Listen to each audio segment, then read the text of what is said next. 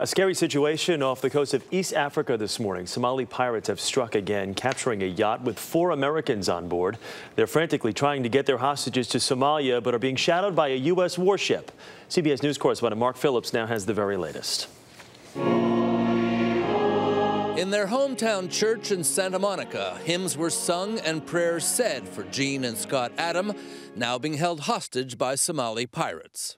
Jean is a very, very kind woman, very generous, very faith-filled. The couple had been sailing around the world since 2004, distributing Bibles. Also being held 2 crew members, Phillips McKay and Bob Wragge. The hijack yacht, the Quest, is now reported to be heading for the pirate coast of Somalia. Typically, they're after a larger ship because they're wanting the vessel to ransom back to the company that owns the vessel.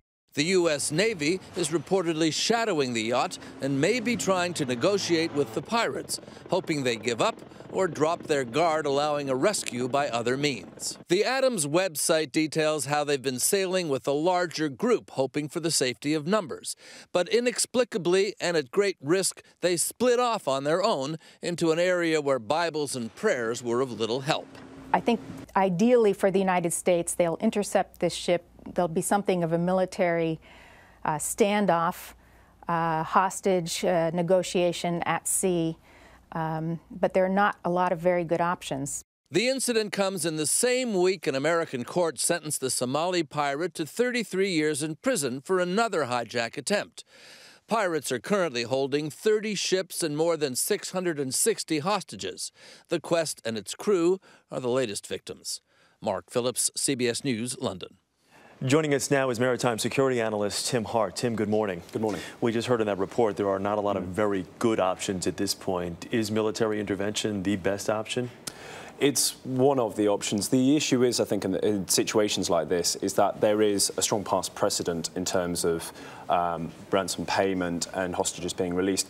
A military intervention is obviously a very high-risk strategy. It's a very small boat, it's a very confined area at the moment, and if the vessel reaches the Somali shore, it's likely that they'll be taken off that and possibly split up. So it really just changed the dynamic somewhat. How vital is it, though, that the Navy does intercede before, like you said, they do get to the coast? And then how does the situation change if the Somalis do get them to the coast? Well, like we say, if we move them on shore, due to what they've done previously, it's very likely that they will split some of the hostages up. So because they will fear, an intervention and a rescue attempt.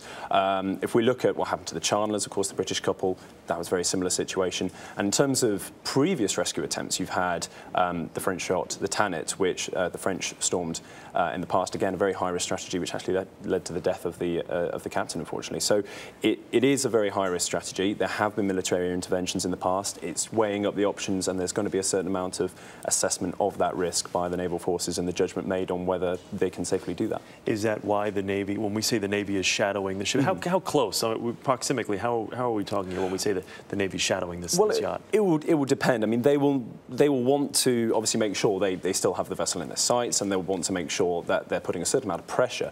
But remember, the ball is very much in the Somalis' court at this time, and they will want to, the Somalis will be almost dictating. They will have availability of communications probably to speak to the warship, and they will very likely have put up something of a perimeter to prevent the Navy coming any closer and threaten reprisals possibly. In Mark Phillips' report, we talked about this Somali man from the Maersk, Alabama, who was sentenced to 33 years here in New York on Friday. Could retribution be at play here? I think I think it's extremely unlikely. Judging by where the vessel was, it was a very high-risk area. We knew that there were groups operating in that area. A number of hijackings in the previous few weeks, about 3 or 4. So and seeing a yacht is it's a very opportunistic kind of move. So for some very, very quick and easy hostages. So I think it's very unusual because of the time. They have previously gone to political retribution, but it's not. I don't think in this case it was. And it is big business out there. 30 ships currently being held hostage with over 600 hostages. Well, I think it's important to say that's at least 30 ships. I mean, there's a lot of smaller vessels, such as dhows or fishing vessels, which don't often get counted on these statistics. So the tally could be even higher, and with hostages as well. All right, Tim Hart, thank you very much for coming in this morning.